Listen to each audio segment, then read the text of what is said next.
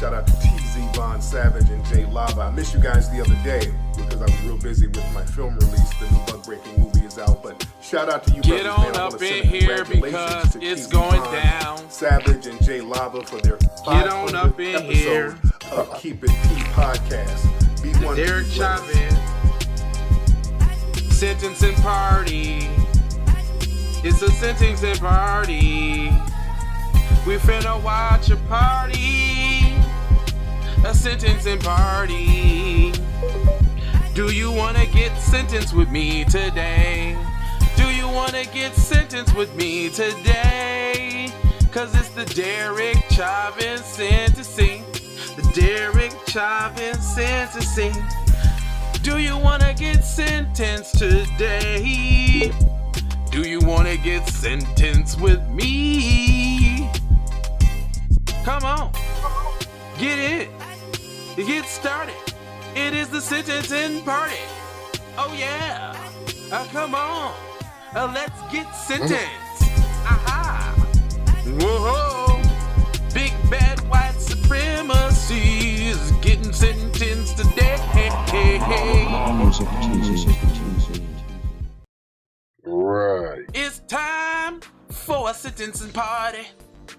Let's get the sentencing party going. Let's get the sentencing party. Let's get the sentencing party. The party. Do you know about the you're sentence? really doing that. You're tripping. What? I really did put sentencing party. Yeah. No, I'm talking about your singing. Oh. Do I sound happy? Let's get the sentencing. Hey, thanks for tuning in, y'all, man. Yeah. We're just waiting for the verdict to come in like everybody else. We finna put it up on the screen for ya. So it's about to be live here. Nobody else has got it either, so it hasn't come in yet. We finna put the sentence on the screen. The sentence is going on the screen for you. Is you ready? Live, live, live, live. Is the stream on this channel right here, or we gotta go somewhere else? It's supposed to be coming live. When is it coming? I'm waiting for the live. Well, the court's just ready to get convened at 1:30, so they're not even officially back in yet. Oh, let me see live stream. Derek. Live stream of Derek. Let me get that Derek live stream, brother. Uh-oh. Should we go hometown? Do they got Fox 9? Let's go Fox 9. Let's go hometown. Let's go Fox 9 stream on the live stream. Here we go. It's about that time, y'all. On the live stream side of the game. Convictions on all three charges. My co-anchors Amy and Kelsey have been standing by watching all of this. There were 14 days of deliberations, but as long as folks are still court hearings and testimony during the last 2 weeks, 3 weeks in total with jury selection. You know they're coming. So there's a lot that happened in the last 3 weeks in the course of this. The prosecution stuck with a very clear theme, and that was that Derek Chauvin actually caused the death of a day. All right, come on, give me what you got for a poach out here. Let me bring the everything down. I don't want George Floyd with his knee on his neck for 9 minutes and 29 seconds. The defense. I'm gonna bring the quality down just a little bit, just so we ain't got no problems while we're streaming. Don't want no problems while I'm streaming. All I want is the stream now. We gonna bring. I mean, please, you can take me off. No. Defense, on the other hand, said that George Floyd's health was in such a compromised state during this whole time from arrest to his death that part of George Floyd's demise was his health. Here they come. He had a bad heart. He had drugs in his system at the time. There was even talk that he may have been succumbed to carbon monoxide poisoning from being beneath the vehicle, and all those came into play during this as well. Can you say Amy, you've been watching this from the standpoint of the deliberations during the day, the testimony during the day, and some of the perspective from our legal analysts. They said that this was a fairly clean-cut case between the defense and the prosecution. Trying to get him 30 years plus. Are working to get Lee Hutton, one of our legal analysts, on with us here. He'll be on in about 15 minutes. I actually just got off the phone with him, and he was in the car driving, Randy. So he'll be with us shortly to give us a lot more insight on this. But yeah, one of the things that Lee talked about yesterday was the fact that the prosecution clearly had more witnesses, and they had this momentum going into this trial and then throughout the trial. And then, in his opinion, also the defense wasn't able to bring the witnesses that were as strong as they needed to be, in his opinion. And so when we got to the closing arguments yesterday, Lee really did say that the defense attorney, Eric Nelson, was able to pick up some of that slack. And there were some moments where he, for the first time, according to Lee Hutton, was really trying this case in front of these jurors. So we want to check in now with our Paul Bloom, who has also been following this trial since day one. Paul, first I want to ask you, we all sort of heard the news scrambled in here breathlessly. What's your reaction to such a quick turnaround? Yeah, it was fast. My just gut feeling is that comes back that quickly on such an intense case with the amount of evidence, the amount of witnesses.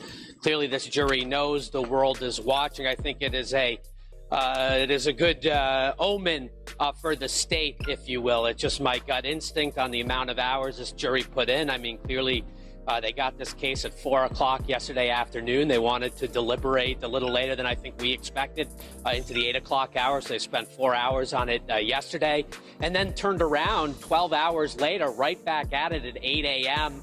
And then this jury, this verdict announced about 10 minutes ago now. We got some early indication from our sourcing that they had started evacuating and closing down government buildings around Minneapolis, downtown, evacuating workers that had been working inside. We had understood that was going to be a precursor to a verdict announcement for safety reasons. So we got word of that, and then sources confirming. Then clearly now the court is on record. Verdict has been reached. It is expected to be read in court within the hour, possibly by 3:30, 4 o'clock. That will obviously be on our live stream.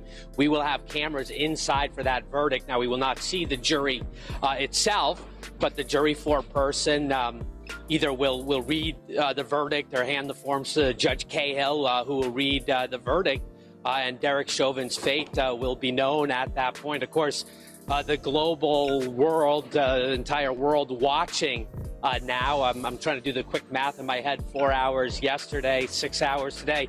So we're in that 10-hour, right, 10 to 11-hour range, which, if you remember, Muhammad Noor, different case, not obviously nearly as much video evidence. I mean, there was no evidence video-wise of the actual shooting, but several years ago, the deadly police shooting, July 2017, with Justine Ruzcek-Damon, Muhammad Noor, that jury deliberated right in that 10 to 11-hour range. So just something to take note of. Certainly very different cases, very different stakes, but just something I was noting around this time frame. Yanez, the Geronimo Yanez, Philando Castile deadly police shooting they gotta bring them years all earlier. Up, don't they? That jury, you may remember, had one deadlocked juror that couldn't be convinced to go with the jury. They stretched out deliberations for 27 hours, so they really needed some time to come back with an acquittal in that case. Here, because it's not going to work out. So again, as you try to read the tea leaves in terms of how long a jury spends deliberating, I would just put that on record, between 10 plus hours from this jury, obviously committed to getting the job done quickly. During COVID, of course, sequestration, they spent last night in a hotel. My thought had been whatever decision might come today, they may take an extra night just to sleep on and might not get a verdict read until tomorrow. But clearly they're moving ahead. The court was concerned about a late day verdict. If a verdict came in, in the early evening, nighttime hours, they were going to wait for that reading for the following day. Because of fear of civil unrest developing overnight in the darkness. They wanted to give security troops and law enforcement and military the best opportunity to be in position to handle any fallout from the verdict. But clearly here they feel comfortable. Middle of the afternoon, they will read this verdict, guys, in literally 60 minutes to the next 90 minutes. And we'll, of course, be here throughout. Wow. Yeah, you know, being on a jury, Paul, this is Kelsey, is a big job in any case, but in this case in particular. And I think 10 hours of deliberation, catching some people a little bit by surprise. We're going to come back to you in just a little bit. Thank you so much for everything that you have done down there. You've covered every second of this trial. We want to go to one of our legal analysts, Mike Bryant. 45 witnesses and so much video in this case, almost unprecedented, the amount of video you have. There's Mike right there. You have the surveillance cameras on the street. You have the body cameras on the officers. That's right. So ain't no getting away with it. Oh, okay. We don't have Mike just yet. We are trying to establish some connection there. We'll get to him in just a minute. Maybe we can bring Paul back into the fold. But Amy, the amount of videotape, unprecedented in a case like this, because you can see this from every single angle that day. You can see inside Cup Foods. You can see George Floyd shopping, and then every interaction on the street, right up to the park police officer who was across the street and having that angle as well.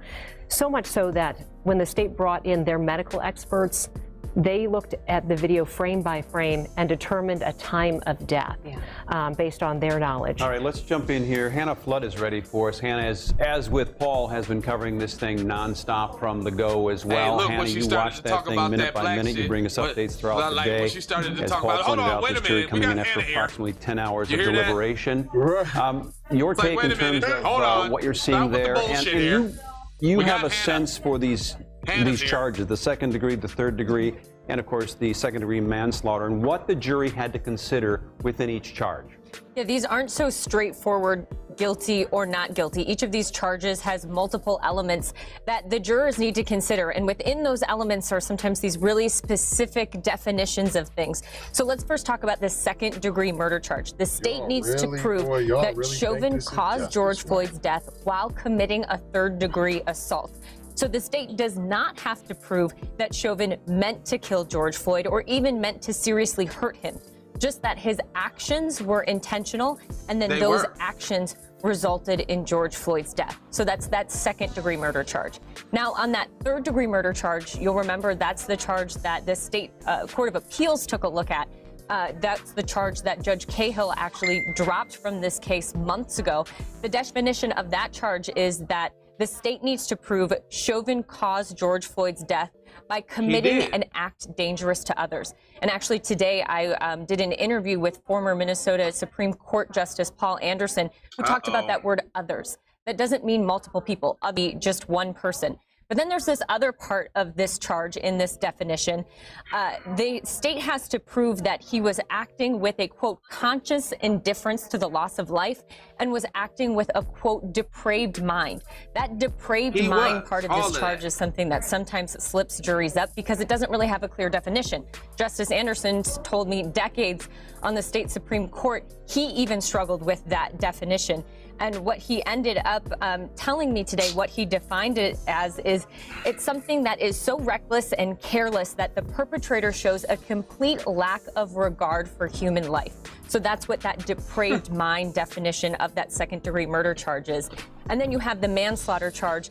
That is considered less than murder, but that someone's actions were intentional and those actions led to harm. So, Randy, that just kind of gives you an idea of what these jurors have been deliberating for hours now, really getting into these details of these charges. And of course, we're waiting to hear what their verdict is on each of these charges. And you have to assume that maybe in their 4 hours of deliberation last night, they eliminated some or a couple or all of those charges in some way or another. Thank you, Hannah. Of course they're not. All right. And thank you, Hannah, too, as well. We have Paul Bloom that we want to go back out to. Talking about how complicated it is. That's black any jury in any case goes through those instructions. That can really trip a group up, and to get 12 people to agree, it's complicated and it often takes quite some time. So it is remarkable that this has been reached in about 10 hours. It really is. And Paul has with him legal analyst Ryan Pasiga, yes, exactly. who's here during the trial to have some of these questions answered. So, Paul, go ahead. Yeah, it's interesting, Amy and Kelsey. I had called on Ryan to come on over to our perch here outside the government center to get some feedback on just how long the jury was taking. And all of a sudden, Ryan arrives and the verdict comes in. So so glad to have you join us live right away. I know you're processing this right in the moment, but 10 hours of jury deliberations on this complicated a case. What's your gut? it's pretty quick. I think they've got to have a guilty verdict here on, I don't know about the top count, second-degree murder, but maybe the third degree and the manslaughter. The second degree is going to be the question. I think they've got a third degree manslaughter because this was so quick. There was so much to go through. Get that man, and when juries do this, the first thing they do is they select a poor person. And that takes a little while. And after that, usually they'll do an informal poll. They don't have to, but the poor person might say, I don't even know, man. A lot of Tucker Tuesday. Who's for guilty on second-degree murder, who's not. And they'll get their counts, right? And then after that, so if they've got a unanimous on something, they can move on. But usually they don't right away.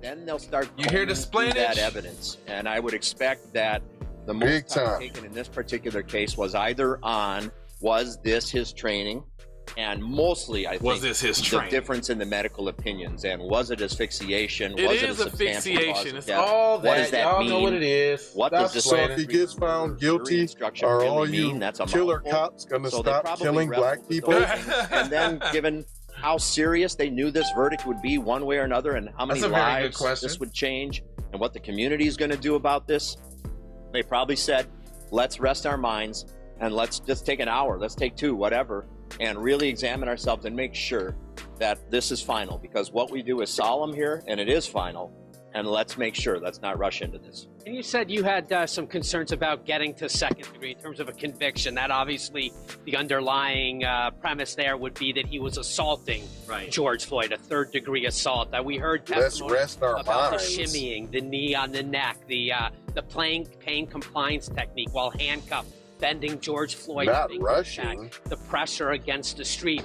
Did you not see an assault in that, or just it's more complicated than that? I think it's more complicated in that. Law enforcement does get to use some restraint and some other techniques to gain compliance initially, right? And again, it probably went beyond that. That's probably where this verdict is going to go. I'm not sure that they're going to see his initial cuffing, the compliance with the fingers, as enough of an assault to get you to where any sort of assault is going to get you to the murder. It had to be that substantial bodily harm. And so I don't know if they got there with that or not. But the other stuff, the third degree murder, the depraved mind, the indifference to human life sort of thing, probably got there when they're talking about kneeling on him and then he doesn't have a pulse and he's motionless anymore and continuing to stay on him. I think that was probably a talking point for the jury. And then with regard to the manslaughter, just the flat out negligence, if you will, of knowing that this can be a high-risk maneuver. I'm going to put the shit back up on the screen. Roll him onto his side and continuing on with that conduct. And Steve Schlischer, in his closing remarks yesterday for the state, told the jury to believe their eyes. Look at the video. Kind of that gut instinct we all had after 3-4 minutes. Just that instinctual gut, like, get off him. He's no longer moving. Is that so critical? These are average 12 jurors, not experts in the court like yourself. Is that what this case boils down to in the end in a 10-hour jury deliberation? Look how you're trying to blame it on the jury. Just look at that video. I think you hit it right on the head. I mean, I said that before the trial started, right? That's Exhibit A. We know that. That tells us a lot. Sometimes our eyes can deceive us, to be fair. But in this particular case, that video is compelling evidence. You've got a situation where you can see when he's squirming, you can see when he's letting up, you can see what he's asking for, you can see how the officers are responding, and you can see when he's not moving anymore. And juries love videos.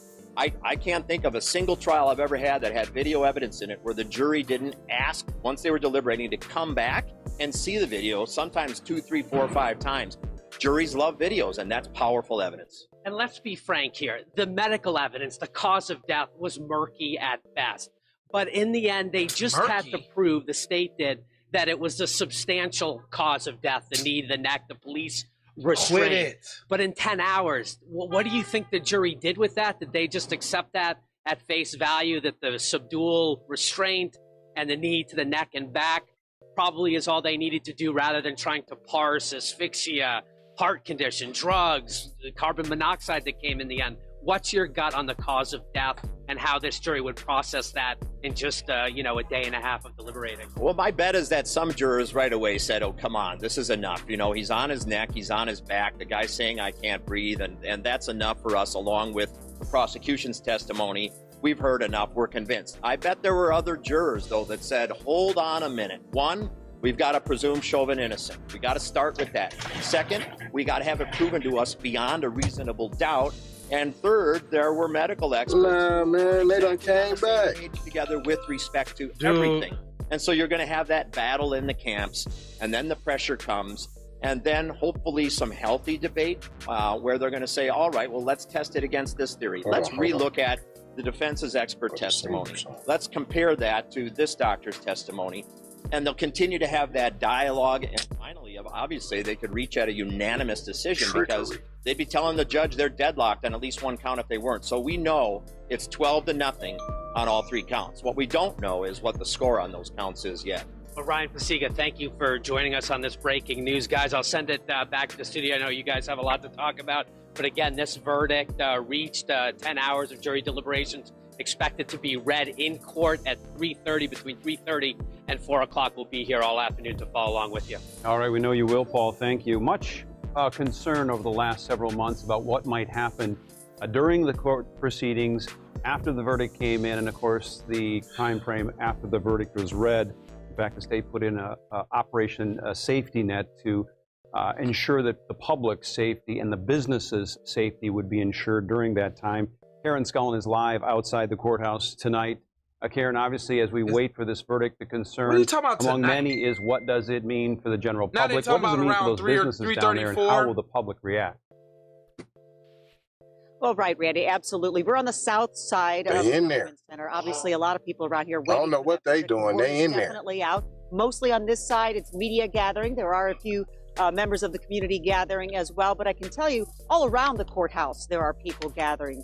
Residents, media, really anyone kind of moving towards this direction. On my way over here, I saw some sheriff's deputies kind of locking up the gates around the Government Center. So, of course, while the community braces and the media braces for this verdict, so is law enforcement. And I've been fam, go to the one I sent the you. last few days about preparations. They in there? They are very he ain't. They just talking. They in there. Have been waiting for this moment, waiting for this verdict to come in. That's why you know how Fox do. They don't want you to none of that. That's inside. So the mood down here, intense. I would say it's intense. Okay. And let's go here, y'all.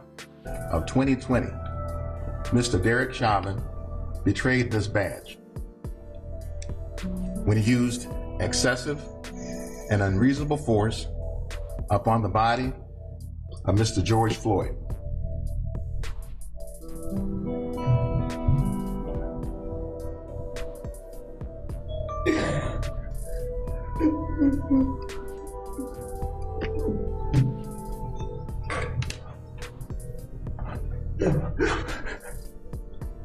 Oh my Negro trauma porn. I believe I witnessed hold murder. on, let me see. And so you felt a need to call the police? Yeah, I felt the need to call the police on the police. Now there were police there, right? There were police there. Okay, why didn't you just talk to them about it? I believe that they didn't. We just didn't have no connection. Yes. I have to ask you if your drug use was a part of that relationship. Yes. And what kind of drug use was a part of that relationship? See? Floyd and I both suffered with an opioid addiction. See? But once there was no longer any resistance, and clearly when Mr. Floyd was no longer responsive and even motionless, to continue to apply that level of force. No, that's not it, fam. Person. That's the last. Oh yeah, there it go. Prone down. No, that's it. Handcuffed behind their back. It's the right one, but no, they're doing some. He's talking about the sentencing. No way, fam. There's another video in here. That is by policy. Would you please tell the jury what that opinion or opinions are?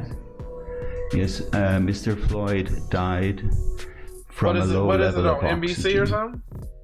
No, right on there it says watch the what? It got that video right there. I was just watching that. No, you was not, sir. You press the yellow. Don't press that yellow. Skip past the yellow and scroll down. So don't press the yellow thing up there? No, don't press that. And press the red. Don't press nothing. Scroll down, sir. It should say watch live. Live, independent. George Floyd murder trial. Their faces should be up there. As lawyers talking right now. It says live broadcast. All right, let's see. Let's see what we got here.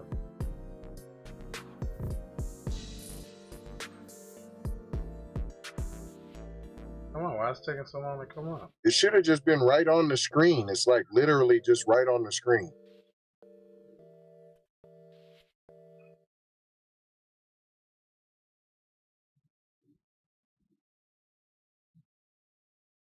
It ain't even coming up. Okay. All right, you just press that link, fam. That's the same link. As soon as the page comes up, it's right there, fam. You just gotta scroll down.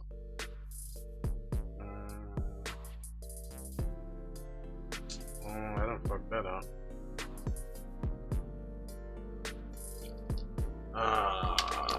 Trial.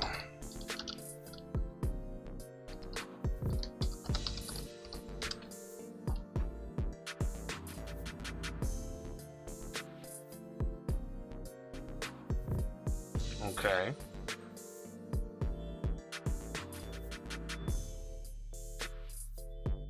Scrolling down, bro. Boom. And then that screen pops up. It says watch live. There's a play button. Watch live. It don't have a play button, but I think I'll see what you're saying. I don't know. Yeah. It says former Minneapolis police officer Derek Chauvin. Yeah. Watch live. Derek Chauvin sentence in here. No.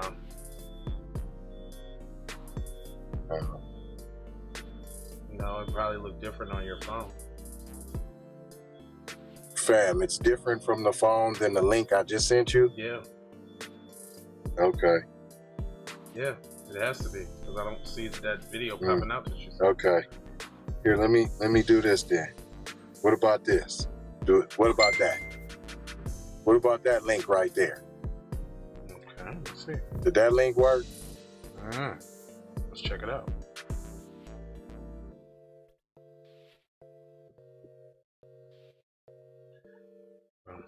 Let's move that one over there.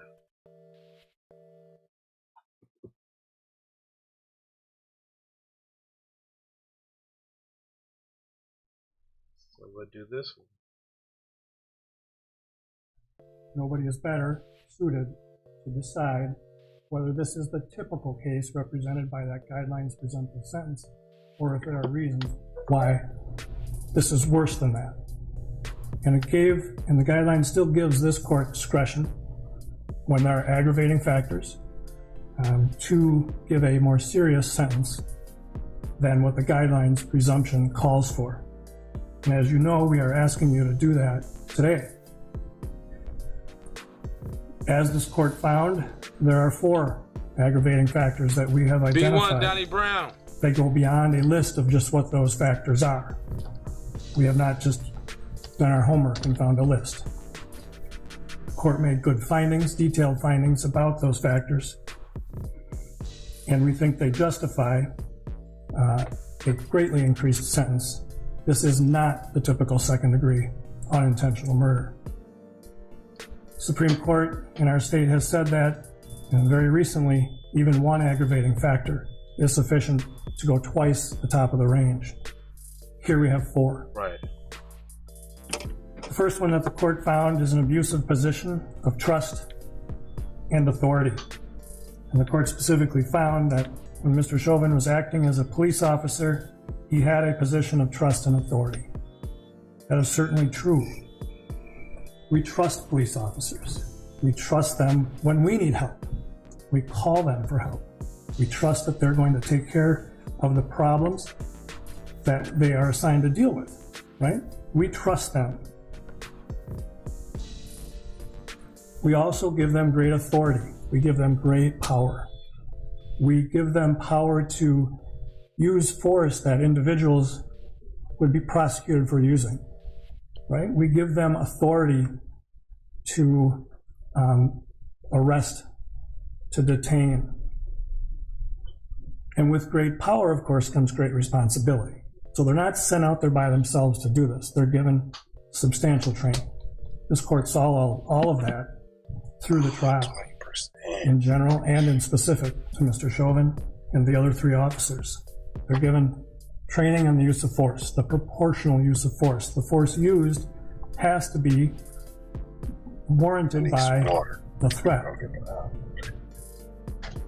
They're given training on de-escalation because we recognize that police officers are called in when people are not having their best day, when people might be affected by mental illness, drug abuse, any number of issues. They're just having a bad day, and they're trained for that and should be. And they're taught how to use that to de-escalate and control a situation. That's right. They're taught medical intervention. They're taught to provide medical attention to people who need it. Being a police officer is a difficult job. We ask a lot of them. It's a profession, there's no doubt about it. That's right. But we give them a substantial amount of training, and most officers do it right. This case wasn't about police officers, all police officers. It wasn't about policing. This case was about Derek Chauvin disregarding all that training he received and assaulting Mr. Floyd until he suffocated to death. One of the things that you heard, Your Honor, and the jurors heard that can really encapsulate, I think, a very important issue here. 7 words. In your custody is in your care. Yep. And it's a real simple mantra. It's a real easy thing to remember. You're going to take custody of somebody, you have to provide care. You have to do it in a caring way. You can't simply disregard their care. Mr. Chauvin abused his position of trust and authority as a police officer by doing just that, just disregarding all his training. It was an abuse of that because what did he decide to do? We often are forced in this, criminal justice system to infer people's state of mind by their conduct and their statements. What was Derek Chauvin's endgame here? What was the plan? It seems apparent the plan was hold him down until we can dump him in an ambulance and no longer have him be our problem. You recall he said to Charles McMillan, "He's a big guy, might be on something." That's it. He held Mr. Floyd down as Mr. Floyd begged for his life. He had the other officers help in that regard. And rather than doing the simple expedient of putting him on his side, he said, yeah, He was dismissive to that duty of care.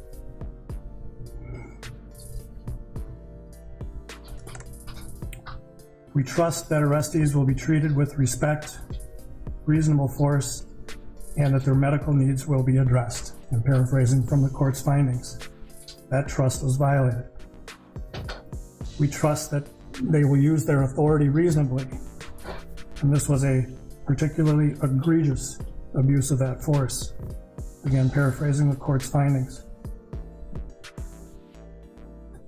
The typical second-degree murder does not involve that extent of abuse of a dearly held position of abuse, a position of authority and trust by the community, and by individuals of the community. Your Honor found that Mr. Floyd was treated by Mr. Chauvin with particular cruelty. I think tortured is the right word. We know that, we've all seen it. Mr. Floyd did not want to be in the back seat. That's it. That's the rub. It was the need to get him in that back seat no matter what. And we all saw that once he was pulled out of that back seat, he calmed right down, even willingly went down to the ground. I'm going down, he said. And he went down to the ground, not fighting, not punching, and he was placed initially on his side. He's already handcuffed. He's placed on his side in the recovery position, like he should be, because he's trying to breathe, and then quickly placed prone on the ground, face down. Mr. Chauvin put his left knee on George Floyd's neck, his right knee on George Floyd's back, face down on the pavement. Had Officer King sit on Mr. Floyd's waist area, and had Officer Lane hold his feet down. You can even see Mr. Floyd trying to pull his feet up. We all are going to fight to breathe. Everybody knows that fear when you all of a sudden realize you're having trouble breathing. It's just innate, right? We want to survive. We know we have to breathe. And there's an automatic reaction when you begin to feel like that is threatened. And you can see Mr. Floyd going through that. He tries to pull his feet up. But he's held down by these three officers while Officer Tao is looking on. Later, of course, goes to keep the people who want to help away. He's placed face down on this pavement so harshly that it rubs the skin off his face. He has injuries to his face from being face down on that pavement. He has injuries to his knuckles from just trying to lift himself up. And he's telling Officer Chauvin, can't breathe, I'm dying. And Mr. Chauvin's response was, And all this time, I mean, imagine what Mr. Floyd is going through. If we're going to talk about particular cruelty and torture, really try to appreciate what he's going through. He knows he's suffocating. We all know that feeling of not being able to breathe enough. And he's begging, he's pleading, and he's being ignored. His concerns are being dismissed by somebody who has taken custody but not care. He was kept in that prone position for 9.5 minutes and was suffocated. There's no other way to say it. That's particularly cruel. That is more cruel than the typical second-degree unintentional murder.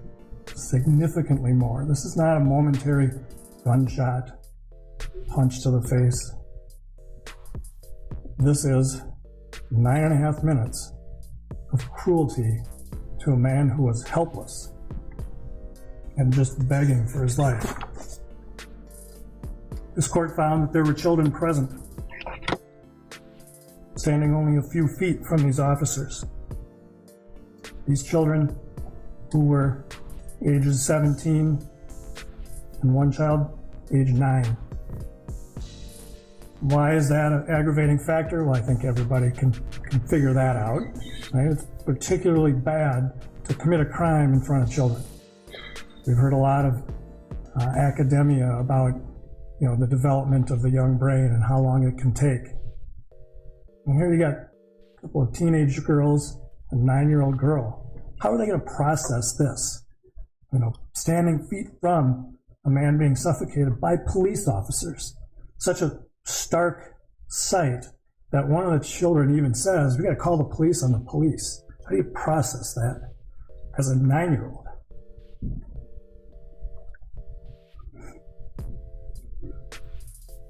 The children were not only present watching a man die. We've all seen, if you haven't, you really need to look at George Floyd's face. As he's dying, he's suffering. The children have to watch this. But not only that, police officers, and there are people around them wanting to help. And at one point, and sure, they got upset. And at one point, Mr. Chauvin points his mace, grabs his mace to keep him back. How does a child look at that? There's another officer screaming at them to get back. The typical second-degree unintentional murder doesn't involve children standing feet away watching a 9.5 minute suffocation of a man begging for his life.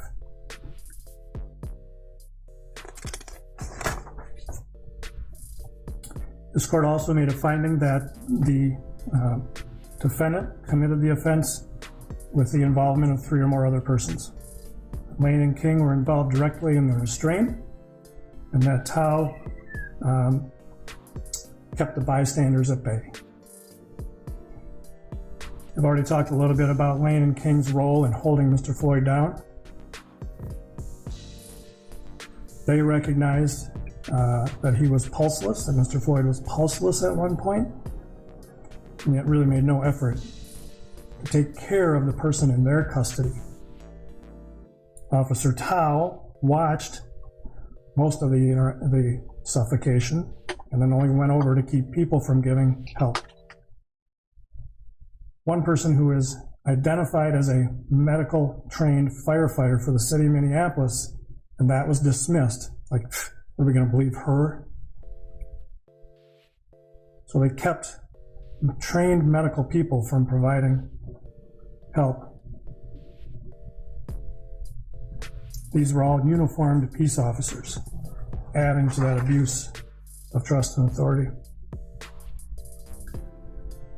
Your Honor, I know the defense has asked the court for probation. I'm not going to spend a lot of time arguing that. It's so outside of the realm of, I think, real possibility. This is a murder. I understand some of the arguments made on behalf of Mr. Chauvin. I understand, well, no, I can't understand what his family members and friends are going through. I can't. But it's certainly not enough for a departure to probation for a second-degree murder. We believe, Your Honor, that these 4 aggravating factors and the findings that the court has made certainly justify an upward departure.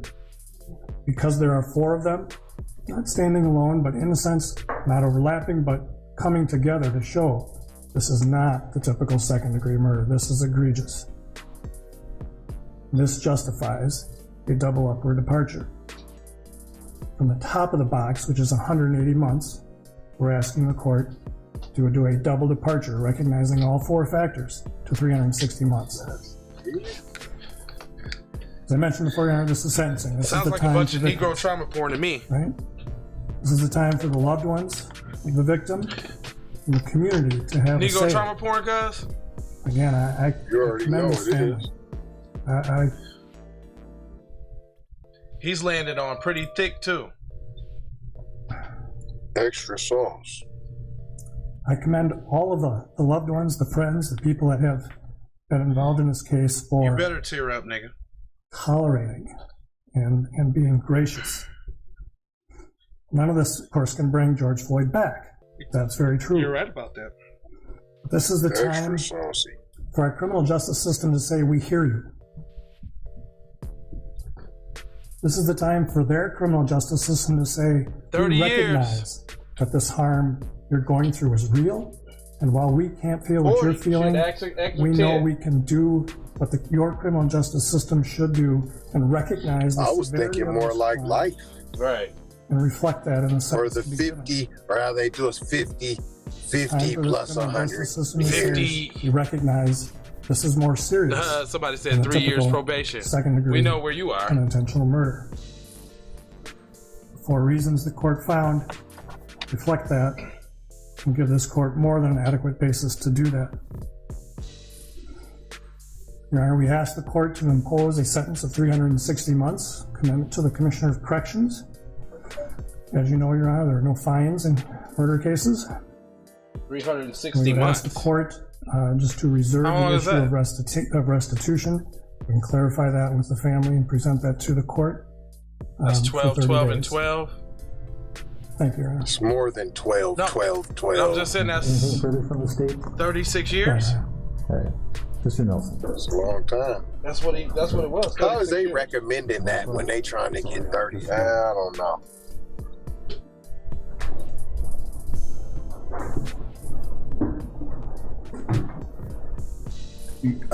Thank you, Your Honor. Your Honor, at this time, the defendant's mother, Carolyn Palenti, would like to address the court.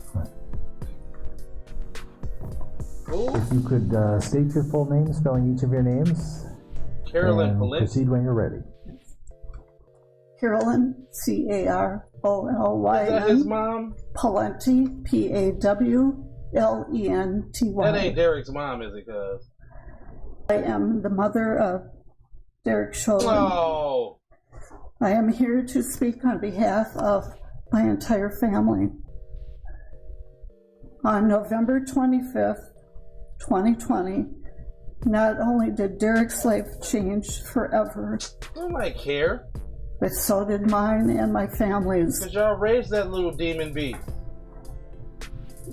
Derek devoted 19 years of his life to the Minneapolis Police Department. In the tactics of killing black people. Right, 19 years of terrorizing and hunting down black people. Media, public, finally and caught up with it. prosecution team believe Derek to be an aggressive, heartless, and uncaring person. That's exactly it. I can tell you that is far from the truth. No, you got it. That was it. My son's identity has also been reduced to that as a racist. He is. I want this court to know that you raised this little that racist none of ass. these things are true. No, he came And out that of your my son is a little good decrepit man. little womb. Derek always dedicated his life Decrepit little racist room. and time to the police department. Even on his days off, he would call in to see if they needed help. So he could, because he couldn't get enough of fucking over Derek black is people. a quiet, thoughtful, honorable, and He couldn't get enough. Letting your old boyfriend He has a fondle big on heart, him. I know. and he always has put others before his own.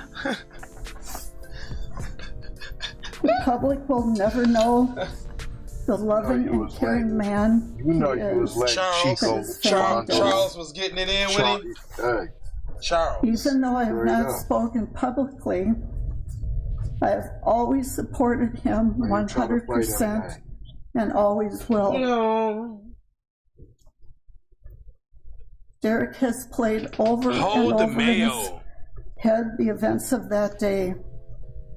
I've seen the toll it has taken on him. Unlimited mayo. I believe a lengthy sentence will not serve Derek well. When you sentence my son, you will also be sentencing me.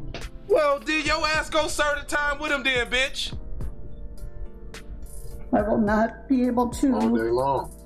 See Go Derek, sit your ass up in the cell talk with to him. him on the phone, Goof ass. or give him our special hug. You better get them books ready, bitch.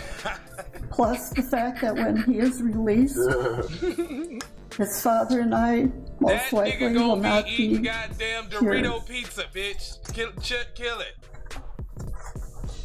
Dorito pizzas with the cheese sticks and beef.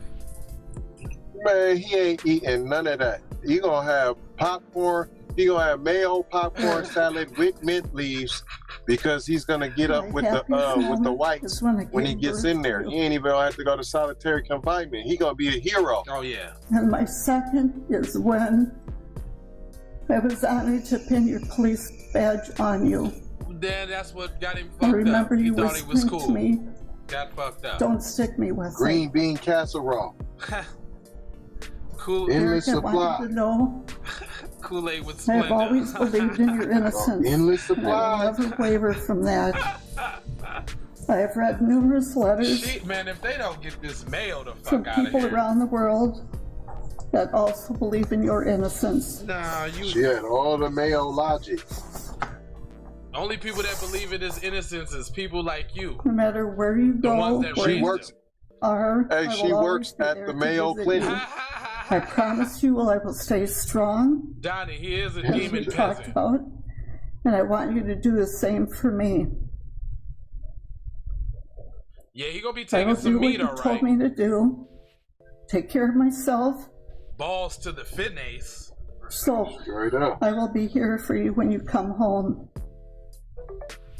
Remember, there is no stronger bond Remember, or there's love no stronger bond. than a mother's love. Then your mother ass should have taught him not to be out here One tyrannical final against thought I white want you people. to That wouldn't happen. remember to his goofy ass. Remember, you are my favorite son. He thought he was big and Thanks for bad. your time.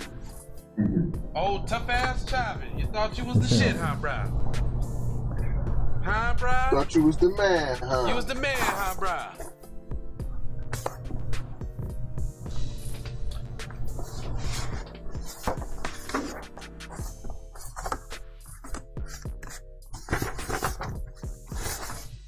Is this the pussy ass nigga that's there to lie for him? Look at his scumbag face. It is my intent that my remarks this afternoon be quite brief.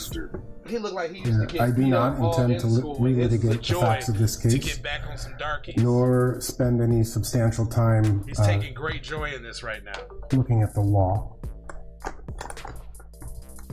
The court is very familiar with the facts of this case. Yep. And the parties have fully briefed the court relevant to the sentencing factors. Yeah. And you're a scumbag. And we recognize that in any case, any sentencing that comes before the court is tasked with a difficult job. The court must craft a sentence that serves the interests of justice, a rather nebulous term. The court must take into consideration victim impact, public interest, as well as the circumstances and the history of the defendant. As well as being a scumbag. And in this case, more than any other that likely any of us have ever been involved in, that task is exceedingly more difficult. Because you're a scumbag. In my remarks today, I just wish to briefly address all the each of those three considerations. Taking starting with the public impact. How long I've held it down. As I believe we are all cognizant of, this case is at the epicenter of a cultural and political divide. No, it's not. This ain't the case. This was just the one that broke the We camel's tried to back, keep fam. a lot Shut of up. that out of the courtroom during the trial. You're not gonna get to say and that make bullshit this on case here, about buddy. the facts. But we recognize what has happened Yeah, that's as what a his mom result. should have said. Sentence me. There are a great number of people She ain't say who that will shit, view though. any sentence you pronounce See through your lies. overly Look, she lenient didn't say that shit though. and She's like, insufficient. alright, to don't have to say take that facts. nigga. But that's my son. But there are an equal number of people That's my who son. will view any sentence you pronounce as draconian It or is. overbearing. No, it's not. Either way, some percentage of the public will view your sentence as a miscarriage of justice. The intensity of the public interest in this case The percentage cannot of be the racist understated. motherfuckers going to just reserve I trust that the volume of correspondence that each of See that us sly has shit he received talking? He talking from the white public at supremacy large right now. is indicative Right now, of these very right in your sentiments on both sides. On both sides. That As I Trump was shit. informed just yesterday, the Attorney General's office established a website, some web submission to right accept in. community impact statements. Again, in my understanding is in a little over 2 weeks, they received over 1,000 submissions. Again, We got on good both people sides. on both sides. By my very best estimate, since my representation of Mr. Chauvin began last summer, I would estimate that I have received over 5,000 emails, over 1,000 voicemails, Any death and threats? hundreds of handwritten letters. How about death Again, threats? from both sides. And I expect that Your Honor has likewise been inundated What about death threats? with Did you get any of public those? comment and scrutiny. The impact that Has this there case been has any of had on those this community You is profound. buster. It goes far beyond what happened on May 25th of last year. It has been at the forefront of our national consciousness, and it has weaved don't its get way those. into nearly every facet of our lives, from the entertainment that we consume to the presidential politics, from protests to conspiracy theories. Dude. In the end, it is my sincere hope that when this proverbial dust settles, the community, the community impact brings forth principled debate and civil public discourse, and ultimately leaves a positive effect on the city of Minneapolis, the state of Minnesota, and the United States. Well, get him out of here. But nevertheless, while this court may consider the community impact, it is for these very same reasons that the court must turn to the foundational legal principles and remember that justice is blind. Your mama blind too. Law is built on reason and common sense, and it cannot be permitted to be assailed by public opinion. Your mama's blind too, cuz. Turning to the second consideration, which is the victim impact, the death of George Floyd. The death of George Floyd was tragic. You don't say. No shit, Sherlock. He is loved by his family members. Man, come on, man. He is loved by his friends. And your mom. And his death is justifiably mourned by those whose lives he impacted. Even your mom, because he was impacting your a mom brother, shit. A father, heavily. An uncle, and a friend of many. And as the court heard today, the impact and the loss of his life, simply just, it can't be simplified. And it will take time. Time to sentence this nigga. That's what it is. Finally, Come Your on, Honor, cuz. the court must take into consideration, You bullshit. just like it has to take into consideration the aggravating factors, it needs to take into consideration the mitigating factors. And the mitigating factors as set forth by the sentencing guidelines really point to the TROG analysis, essentially, ultimately in this case. Come on now, G. We're not going to spend a lot of time, again, arguing for a probationary sentence. Your nigga's going down. But that being said, when we look at the TROG factors, who is Derek Chauvin? Look at the TROG. Derek Chauvin spent 19 years as a Minneapolis police officer. Fucking up people's lives. He loved being a police officer. Fucking up. Say that part too. I was contacted during the course of my representation and have had numerous conversations with his fellow police officers or fellow police officers that work with Derek. Some retired, some still active. And if it was some black, don't say no, it was black. And they told me that he was a solid police officer. Don't say you said. That he did his job. Don't say even the black. That if somebody asked him to do a particular task, he never complained. He did. Yeah, they did ask him. Kill all black men One you come person in told me contact that with. The best way one of his possible. sergeants told me that if I had asked him to dig a ditch for 8 hours, he would have picked up a shovel and he would have never complained for a second. Yeah, pick up a shovel to dig a nigga's grave. That's what it is. He was decorated as a police officer. Decorated puss Multiple boy. life-saving awards. He was decorated Puss boy. for valor. He was proud to be a police officer because what he liked to do was help terrorize people. black people. And the statistics show. The vast majority of police work with a little retard, with an autistic boy. He tried to pull that shit He in. was proud to be a Minneapolis police officer. You ain't say that. He served his country as the United States in the United States Army. Well, we give a fuck about that army shit, And nigga. he Most too veterans come back racist is a as fuck. son, and a brother, They're playing Call of and a Duty right father. now, thinking it's black people. and a friend. Right now. He too, his life, the life he's lived, he's not coming into this as a career criminal with 6 points, 5 points, 4 points. He's coming into this never having violated the law. You tripping. Because he lived an honorable life and he attempted to live an honorable life. Derek Chauvin was not even scheduled to work on May 25th. Like he was some stand-up citizen. He volunteered because there was short staffing at the time. I know from numerous conversations that I've had with Derek that his brain is littered with what ifs. What if I just had not agreed to go in that day? What if things had gone differently? What if I never responded to that? Man, don't nobody want to hear that hacky smurf. The truth of the matter is, and the end result is that we are here after a jury verdict, finding him guilty of these offenses. And the court's consideration should not only be focused on the aggravating factors, but the mitigating factors as well. The Minnesota Sentencing Guidelines Commission was established for a reason. And yes, the court in circumstances like these has discretion to go beyond and aggravate a sentence beyond the presumptive sentences established by the sentencing guidelines. But the sentencing guidelines don't differentiate between second-degree murders. Someone robs a liquor store, a police officer is involved in an incident, and a person dies in police custody.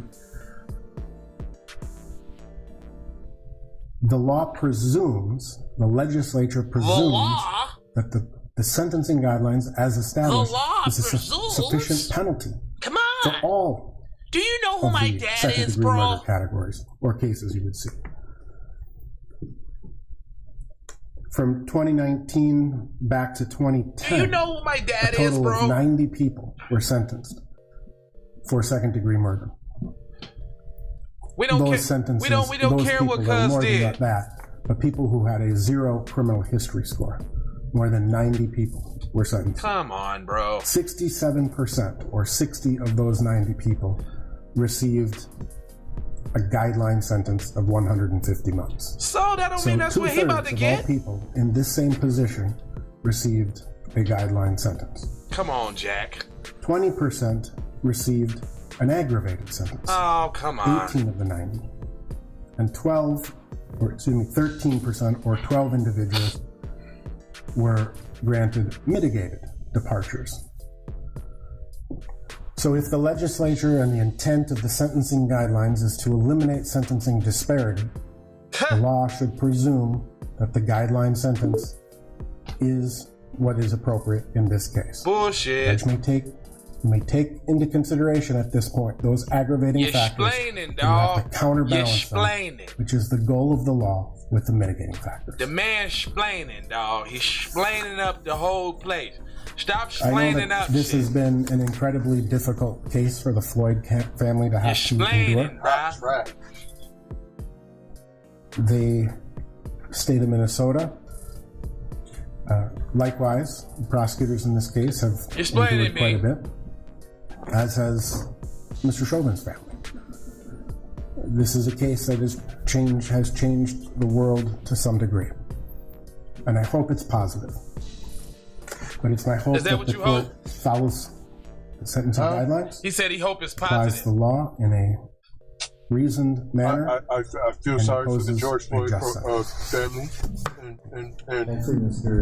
He said that they hope that they judge the case in a reasonable manner. Here we go, y'all. Is this it? Is this it? Is it? Mr. Chauvin, this is your opportunity if you wish to give any input to the court. Oh, he got something to say. And so I turn it over to you and your attorney. Thank you, Your Honor. At this time, due to some additional legal matters at hand, I'm not able to give a full formal statement at this time. But very briefly, though, I want to give my condolences to the Floyd family. Shut up, Buster. There's going to be some other information in the future that would be of interest, and I hope things will give you some peace of mind. No, he didn't. Try to tell them that he ain't guilty of what he I'll note did. that I did read your You comments in the guilty, pre-sentence fam. investigation as well. And you're going down. All right, we are going to take a 15-minute recess so that I can complete the sentencing order based on what I've heard today. And let's reconvene at 2:45. We're in recess. Well. As the suspense continues. Well, while they doing that, you see that shit, The court fam? is now in a brief break. You are watching the sentence. You see that shit, family? Yeah, man. You see that? They let this guy talk and say something. Alright, check it out. Since they doing that, then we gonna take the opportunity to let's play some videos. I heard this one song, Amigos, or this is my amigos, the pesos. This one dude, I forgot his name. What's it? Ron Savage? Media? Is that him? Oh, let me see. It's one guy. Hold on, let me see if I can find his channel. Man, that's a lot of work, man. Who is that dude that keep popping up on the screen? Who is that keep popping up on the screen? What up, family? How you feeling, man? What's going on? You back for some more there, brother? Win the show? You back? We got a 15-minute recess for you. If you want some more of that smoky smoke, got a love for ya. Oh, they taking a 15-minute break? Yeah, they taking a 15-minute break. See the you want to take a 15-minute break? We can take a 15-minute break. All right, y'all. We'll be we let the stream goddamn run because all that old. Oh, we didn't do that too. Yeah, all that old in and out shit. You dig? I was about to showcase this one guy. I know this one guy, right? I mean, you could do what you about to do. I just wanted. It's this one guy though. His name is. So I'm about to. It's like Von Savage, TZ Von Savage. Is that his name? Sound like old Red Baron, like he fly planes or some shit. I don't know. But he cool and all. I kind of like the nigga and all. He cool. I'm going over yonder. He cool and all. But let me play this song from Mr. Savagery. He's cool. Cool dude, man. Cool dude. Straight up. It's one. Hey, hold on. That's from. That's one of your. It's one of the artists. Yeah, on the label. Oh yeah, one of the artists on my man's label. You playing Puerto Rico, right? Yeah. Yeah, that one's not bad. No, that ain't you. Artists. That's one of the artists. That's one of the artists. But it did come out on the label when it's out of Hot Lava Music. On the Hot Lava Music side of the game. And the video was done by Von Savage. That was the Von Savage video production, huh?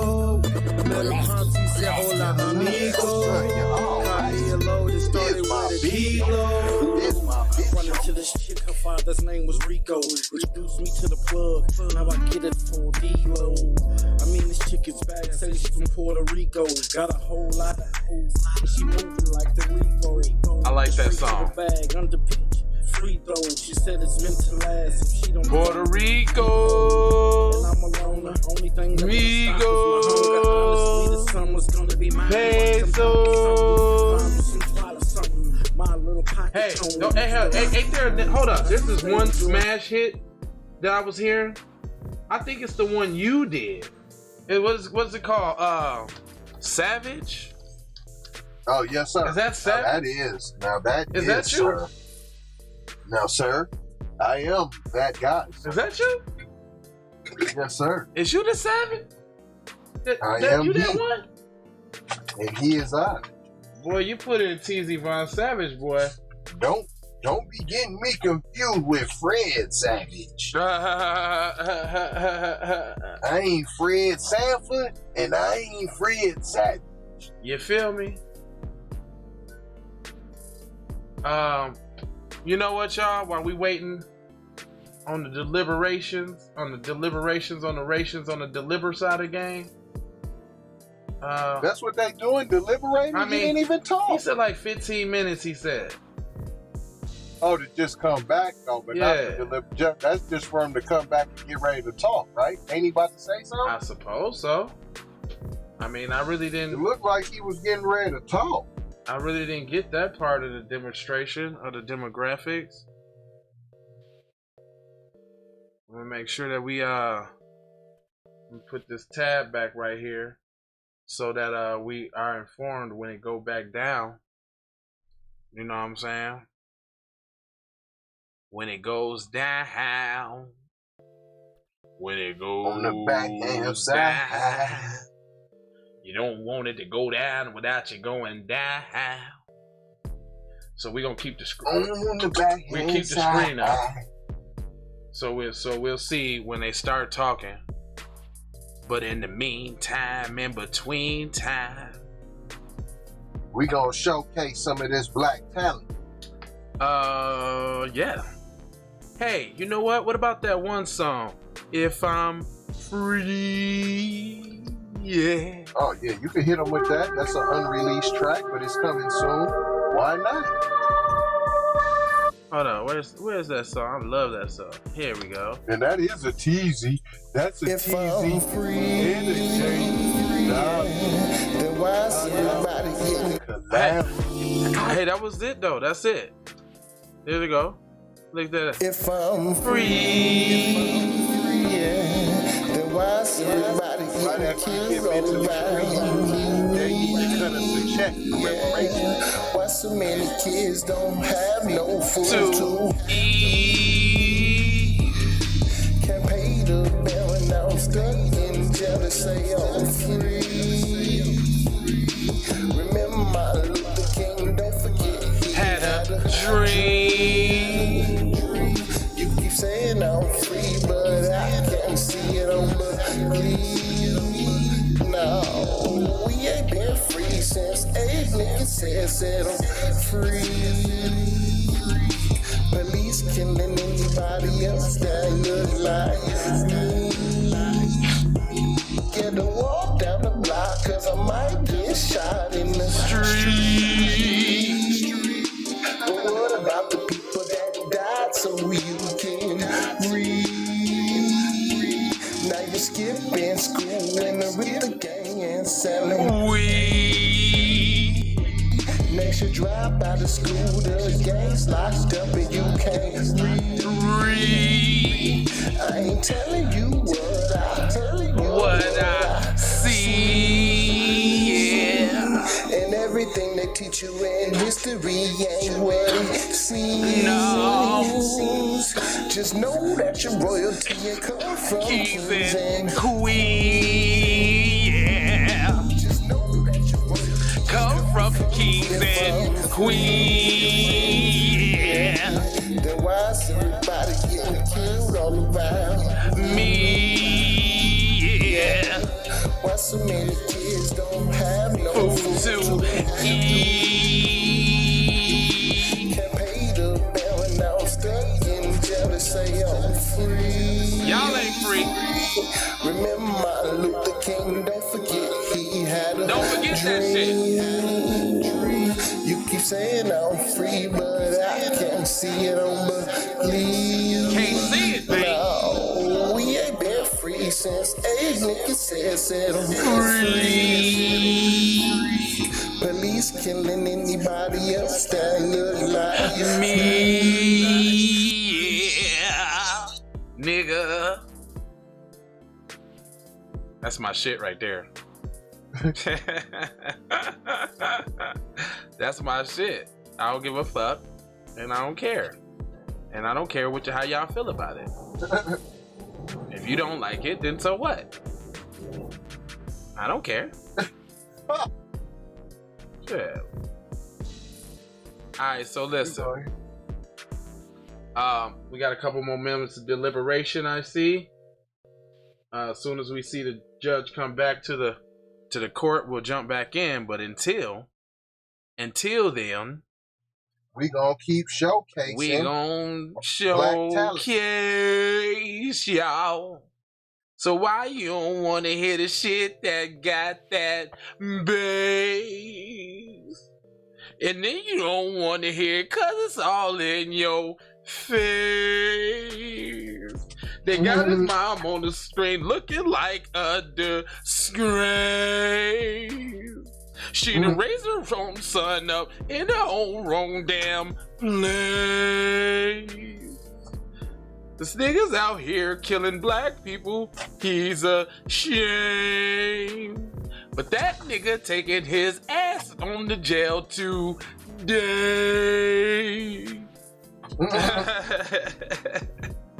But that nigga's taking his ass on the way today, y'all. Don't listen to me, but listen everything that I...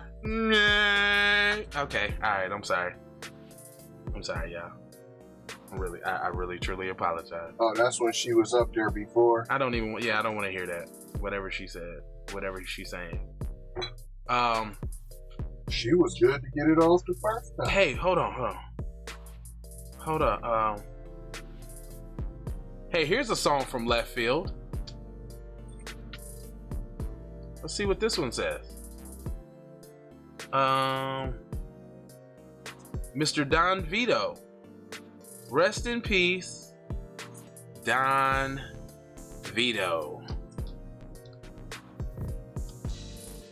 Don Vito.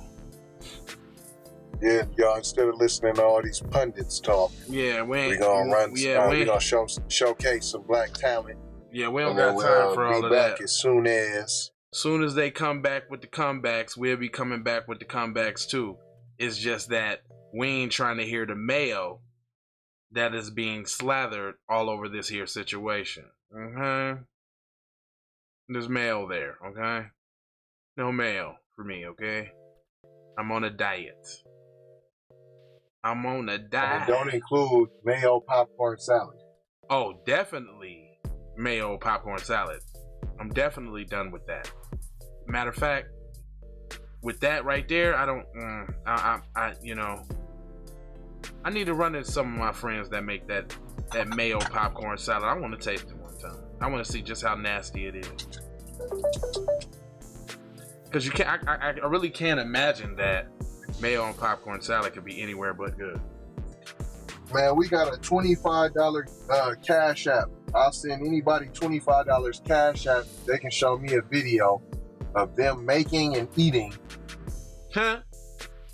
mayo popcorn salad with the mint leaf. Hey, you know what beat been having me going though? That Jamaican shit. I've been on that.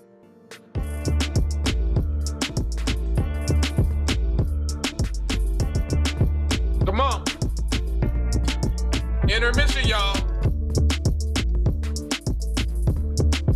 Go down, my selector. Bobo Clat.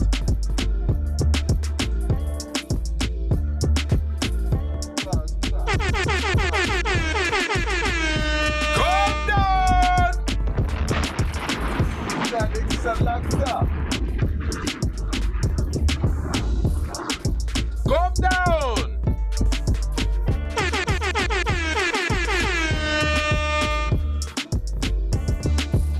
Static selector.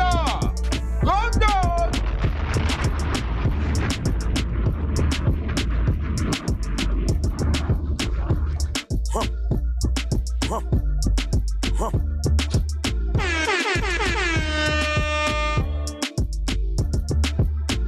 Good runnings, my friend. Now they got some random. Look. What's this?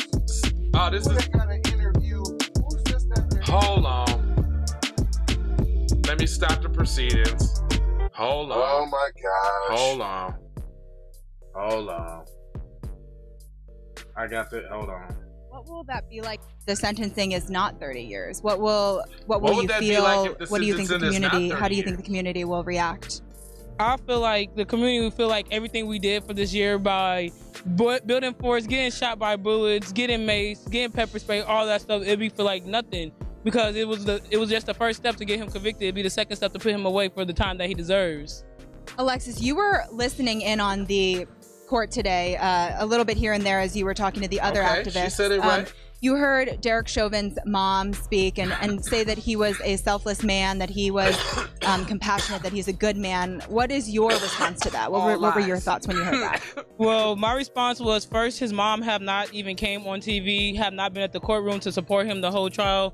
It was nobody that really came to support Chauvin until the very end. And for his mom to just speak upon now that he's getting sentencing, I feel like she just wants pity on him when she could have been apologized to the family when it first happened and just not right now.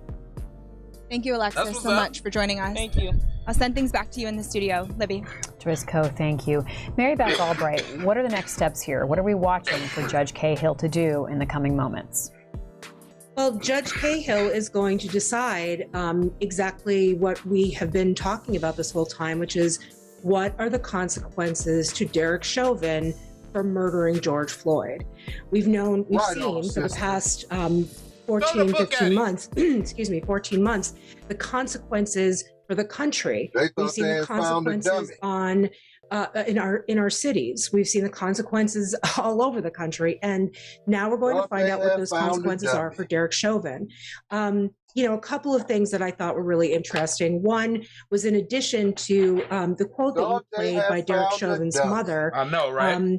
Philonise Floyd. This quote, I think we're going to hear a lot of. My family and I have been given a life sentence. Hair weave, huh? When you put that together with Carolyn Palenti's statement, when you sentence my son, you will also be sentencing me. Quote, It really highlights the tragedy of this case. Look, she's talking about the tragedy of this case. When you sentence Floyd, when you sentence him, you're sentencing me. So what Judge Cahill is doing right now is sitting back, thinking about the pre-sentencing investigation that talks about Derek Chauvin's life and his contribution to the community prior to him murdering George Floyd.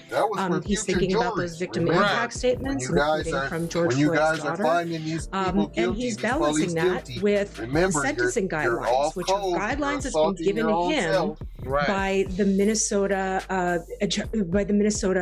legislature, saying this is what we recommend. Now, something very important is that the judge can impose whatever sentence he wants. But on appeal, it has to be a lawful sentence, right? So, yes, you can just give him probation. Yes, you can give him more than 30 years, but that sentence will be appealed if it's not thought of to be lawful. So he's bringing all those things into account, sitting in his chambers and 30 years is lawful. What is the right sentence? What is the right debt for Derek Chauvin to pay? You got law, you got guidelines. Mary Beth, we heard the prosecutors, Matthew Frank in particular, talk about what they believe are the aggravating factors, these reasons why the judge should go beyond what might be sort of the typical range of a sentence, and they went through what those factors were. I want you to talk about those with us, and also it seemed like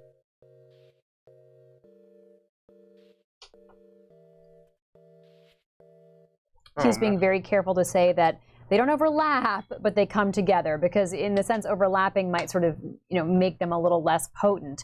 But he's saying that they all kind of knit together to fortify his case that Derek Chauvin should get 30 years in jail. The mail is. Well, one thing was clear in the oral art in the discussions that both the state and Chauvin's lawyer gave. Both of them believe that this is not the typical second-degree murder. It is both of them believe that this is not the typical offender, right? The typical murderer. Which side do you think that falls on? Whether that is for an upward sentence, which is for greater than the sentencing guidelines, or whether that is for a downward sentence, which is lower than the sentencing guideline. It was interesting to me that the state really chose to focus on those four factors, to get really granular about the events of that day. And the four factors being the abuse of authority. One of the things that he talked about was you had custody without care. Right? That you had this man in custody, but you weren't giving the duty of care to him. Another one was the particular cruelty of the crime. This gave the state an opportunity to talk more about just how awful it is to be choked to death while you're lying on the ground and while your face is being rammed into the pavement. The third is that there were children present.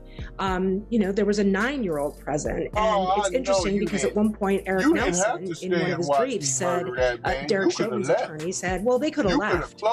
And, Judge Cahill didn't even recognize that argument. I mean, just to pause you there, in other words, Eric, the attorney for Derek Chauvin was trying to say, look, this isn't like a gunman holding people hostage or shooting someone in front of their children or something, that these were passersby unrelated to George Floyd who could have left. But we don't get a sense that the judge buys that. We know that the judge didn't buy that because he has already issued a ruling saying that these four factors applied, that there were children present. He's not even talking about, like, these are things that call for an aggravated sentence. The judge has already said, yes, these four things were present. And so there's going to be an aggravated sentence. And I cut you off from the fourth one, so give us the fourth one. The fourth one is that there were 3 or more people participating with the offender. And so it gives sort of, the idea, it gives the idea of a mob mentality. And so any one of these 4 aggravating factors is enough to give a double sentence. Damn. We have 4 factors, not just 1, 4. Okay, and so that's what the state was really honing in on, that we really need a 30-year sentence. Asked you like 3 questions. Rhonda, we're cognizant of the fact that there is a federal case pending, but Judge Cahill This is his courtroom, right? This is his jurisdiction. This is what he is looking at and experiencing. So as we saw Derek Chauvin essentially not give much of a statement at all of remorse or defending himself or justification or anything, he was alluding to the federal charges against him. But that's all well and good for Derek Chauvin. That's not the jurisdiction of Judge Cahill. That doesn't help Judge Cahill in any way. Right, and today is about Judge Cahill's sentencing on these state charges. So that's his job, that's his jurisdiction, that's what he's going to get done in a matter of moments. But that federal case does linger over this. We saw Derek Chauvin made his first court appearance on June 1st, virtually in federal court for the beginning of that trial. So that does hang overhead here, but right now what we're waiting on is Judge Cahill to make a decision based on these state charges. So from what we've read from people who know Judge Cahill and his thinking, he may fall somewhere in the middle. There's also another important case that I don't think we've talked about. It happened with another Minneapolis police officer a few years ago. His name was Mohammed Noor, and he shot an Australian woman who called. She reported that she was hearing sounds that sounded like a sexual assault near her home, and she was shot by this officer. Now, a couple years ago, he was charged with murder and convicted, and he got a sentence of 12.5 years. So if there is any sort of framework or any crystal ball we could look at, it could be that case. All right, Rhonda, let's go now back to the courtroom and Judge Cahill. On the record. Well, first of all, I wanted to thank everybody for being here and for providing the input you did. Not just the people who were in the courtroom here, but also those who provided written statements, both from the Floyd family and the defendant's family. I've read all the impact statements that were submitted earlier and listened carefully to all the input here today. And it is truly appreciated that you took the time to stay with this case and to provide me with input. I have reviewed the pre-sentence investigation and carefully considered all the facts of the case and the law, but my comments are actually going to be very brief. Oh. Because most of it's going to be in writing. I have a 22-page memorandum that is going to be attached to the sentencing order. And why am I doing it in writing? To emphasize the fact that determining the appropriate sentence in any case, and in this case, is a legal analysis. It's applying the rule of law to the facts of an individual and specific case. And that is why, as opposed to trying to being profound here on the record, I prefer that you read the legal analysis that explains how I determine the sentence in this case.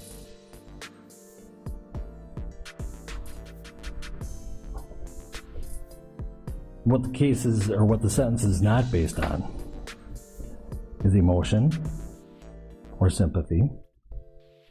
But at the same time, I want to acknowledge the deep and tremendous pain that all the families are feeling, especially the Floyd family. You have our sympathies.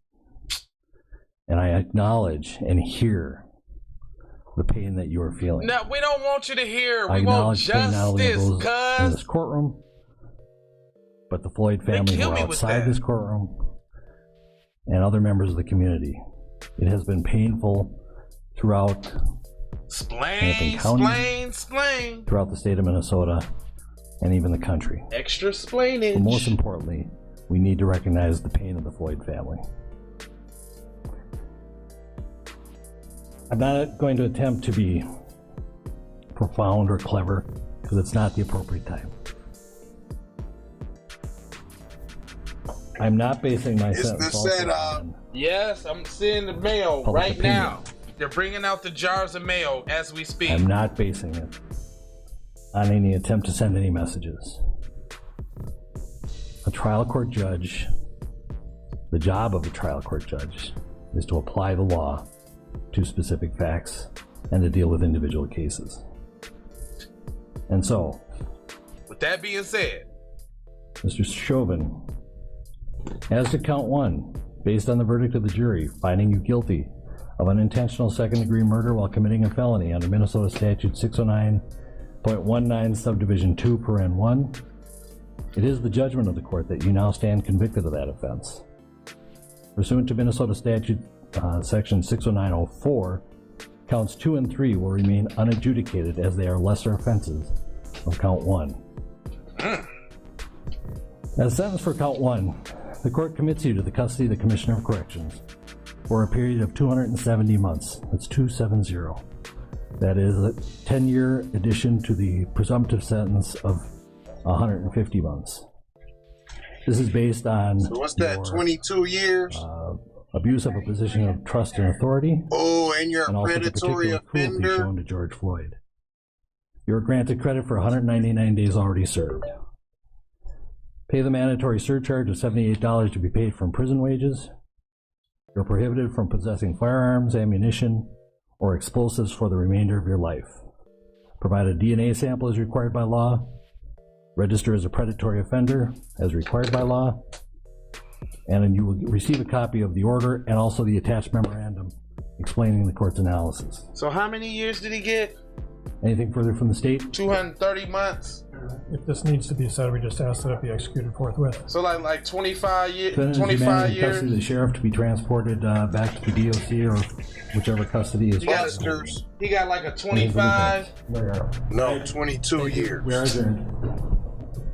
22 and a half. Derek with Chauvin sentenced to 180 22 days, years in 190 prison in the already killing served, so of that's George 22 Floyd. That years. is You do above what would two-thirds be a of that. typical sentence for this crime, but the So we're judge saying like agreed with prosecutors 18, that there were aggravating good factors behavior, that so added probably about to the time. 15 He piece. said that Derek Chauvin gets credit for the 199 days already served. She seemed like but he she now upset. faces Nigga, he this gone. lengthy He prison out of No, she's sentence upset. She of said 22 it. years, She said it not like, the 30 years that that's prosecutors harsher had than it was requested, supposed to be, but still longer yeah, than for a what would crime be like typical. this. Mary Beth Albright, What do you let's mean go for to a you crime like for some legal context on this. For little than nothing. I don't even know why. Well, I did think it was interesting she was like, that it's Judge longer than Cahill said projected, this is but not based on emotion. Not the 30 years This is that not they got, but it's longer than projected. You sound like you based mad. on sympathy, and I am giving you a Big 22-page opinion that I have written that is going into the record. They have not posted that yet on the Minnesota court's website. As soon as they do, we will take a look at that. But I thought it was interesting that he reiterated that the role of a judge is to apply the law to specific facts. It's not to send messages about he said about that covering anything his to ass. anyone. It's It's just not to to give send that messages. sentence. Of course and he's so, not saying that. he really did focus on the law, and I really, really looking Of course he's gonna forward say to that. That is sending looking a forward message. is not the right way to put it, but I'm very interested to read that 22-page report that he put out. And of note, he said that the aggravated sentence that This is he a great gave, part. because this is a higher sentencing than the guidelines would ask for, Look, wow, everybody got their is chats abuse of disabled. authority and the particular cruelty of the crime. Where's of the all murder the of where's George all the Floyd. chat people So now? Where's all the people that's leaving the what we're gonna comments take a at look for now? when we read that opinion. Hold on, let me see. Libby? This is they live breaking there? news from the Washington Post. The latest is this. Derek Chauvin has been sentenced to 22 years in I smell prison. BS That's too, based right? on Hey, abuse of a position I of smell trust and BS showing too. a particular cruelty to George Floyd. We just heard Judge Peter Cahill address the pain in the community.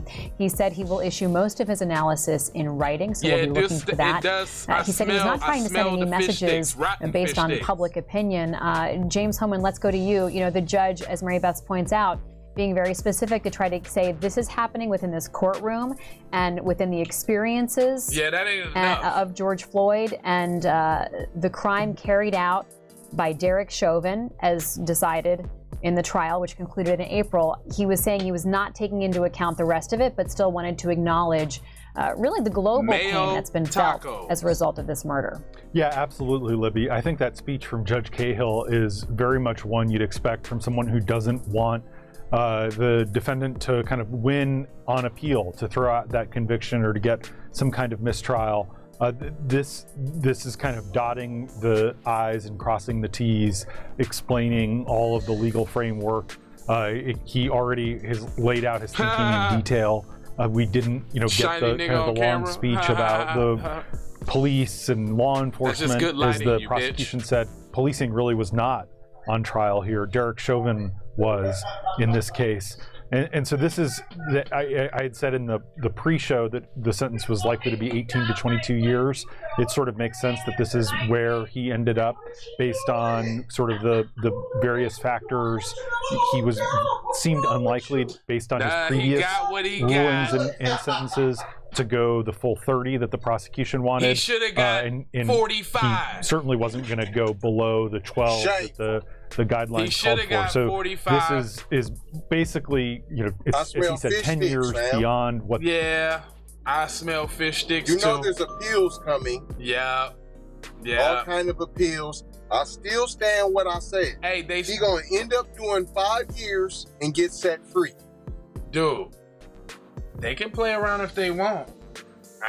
That might not even be good enough for motherfuckers in the hood. They might still set it off anyway. And I'm not saying what that. You mean they should still? Look, I'm not saying go do that, but I'm saying, I don't know. I mean, maybe downtown Minneapolis with all of that glass and all of that, somebody had to pay for something. I'm not saying do that. I'm saying don't go bust out no windows at the IDS. No, don't do that. And I'm saying not at the city old center. Dayton's building, the city don't center, bust them windows out. Don't do that. Don't do that. The city center, don't do that. Go bust them windows out. Don't do that. We don't want you to bust them windows out. We don't want y'all to do that. We don't want y'all to nut up academic plum food. That's not what it is.